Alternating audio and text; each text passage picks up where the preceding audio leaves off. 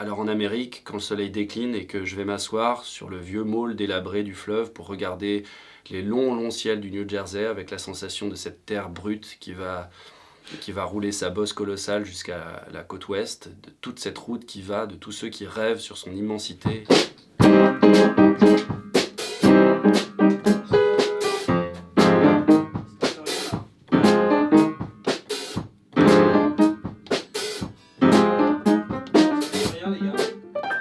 Toi qui disais qu'on avait une image de Kerouac, de sur la route comme d'un truc pas du tout travaillé. Ouais, après j'ai lu. Ouais. Non, mais de quelque chose qui est comme une sorte de jet et qu'il a écrit comme ça sur le. Bah moi c'est ce que j'ai lu au début. C'est ce que j'ai lu au début du livre, c'est que ça a été, c'est que en fait c'était hyper réfléchi. Et le fait de le faire sur un rouleau, c'était. Ouais, je suis pas un spécialiste de Kerouac, hein, j'ai lu, je suis pas au CNRS, mais c'est ce que j'ai lu. Et j'ai trouvé ça très intéressant que ce soit pas un jet uniquement par la drogue et par l'alcool, mais quelque chose qui ait une intention totalement réfléchie de la part de l'auteur en se disant celui qui lit dans quel état je vais le mettre. Et finalement nous quand on le dit, quand on a eu cette entreprise de se le découper et de le dire aux autres, on s'est rendu compte qu'il y avait cette énergie-là et il n'y a jamais de pause. Non mais on rentre vraiment dans le cerveau de l'auteur, on est avec lui. C'est pour ça que moi je dis que ça fait voyager, c'est incroyable. Moi j'étais vraiment, c'est comme une stratégie de l'auteur de me faire rentrer dans sa peau, dans son corps. J'avais l'impression d'être en mouvement moi-même. Et c'est pour ça la fatigue, je pense aussi à la lecture orale, de dire les mots et les onomatopées.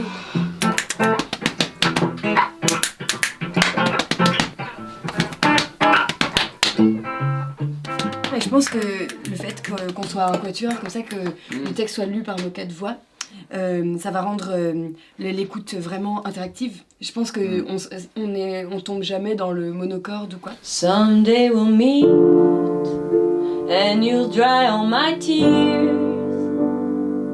and whisper sweet little things in my ears, hugging and a kissing. Oh, I will be missing. C'est hyper musical. Oui, c'est très musical. C'est trop bien qu'on ait fait de la musique aussi dessus, par extension à ce qu'on avait fait. Moi, j'ai senti énormément de musique en fait. Des mouvements comme ça, des choses qui se succédaient, mais t'as raison, très rythmique, très musical tout ça. Dans le style de l'écriture aussi. C'est comme une langue, comme un solfège.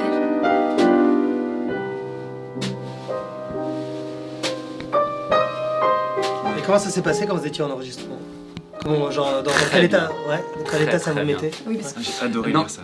Moi aussi, j'ai adoré, mais moi je m'attendais pas à être aussi touché. Après tout ce voyage, en fait, j'ai bien senti ce côté, en gros la descente. C'est ce truc où en fait c'est que des mecs qui essayent, Cassidy, lui, Ginsberg et tout ça, c'est que des mecs en fait qui supportent pas la descente. Donc en fait ils veulent tout le temps vivre des trucs forts, intenses.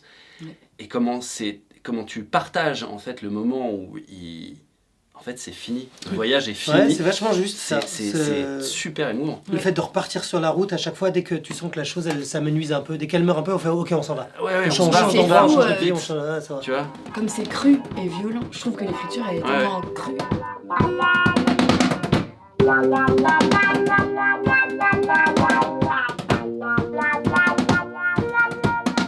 Moi, je trouve que ça rend nostalgique d'une époque qu'on n'a pas connue, parce que j'ai l'impression que là, après ces 2 ans justement de pandémie mondiale où on est resté enfermé chez soi, ça me donnait envie de faire du stop, d'avoir confiance en les humains, de me dire je vais pouvoir sauter dans le coffre de quelqu'un et voyager sur 5000 km. Fais-le. Non mais...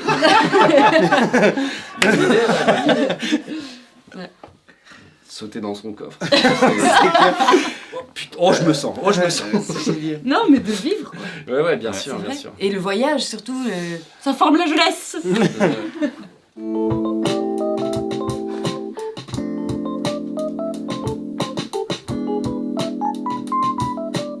Il se passe quoi à la fin du coup? Ah ben... tu verras, tu l'écouteras, on va pas te gâcher le plaisir.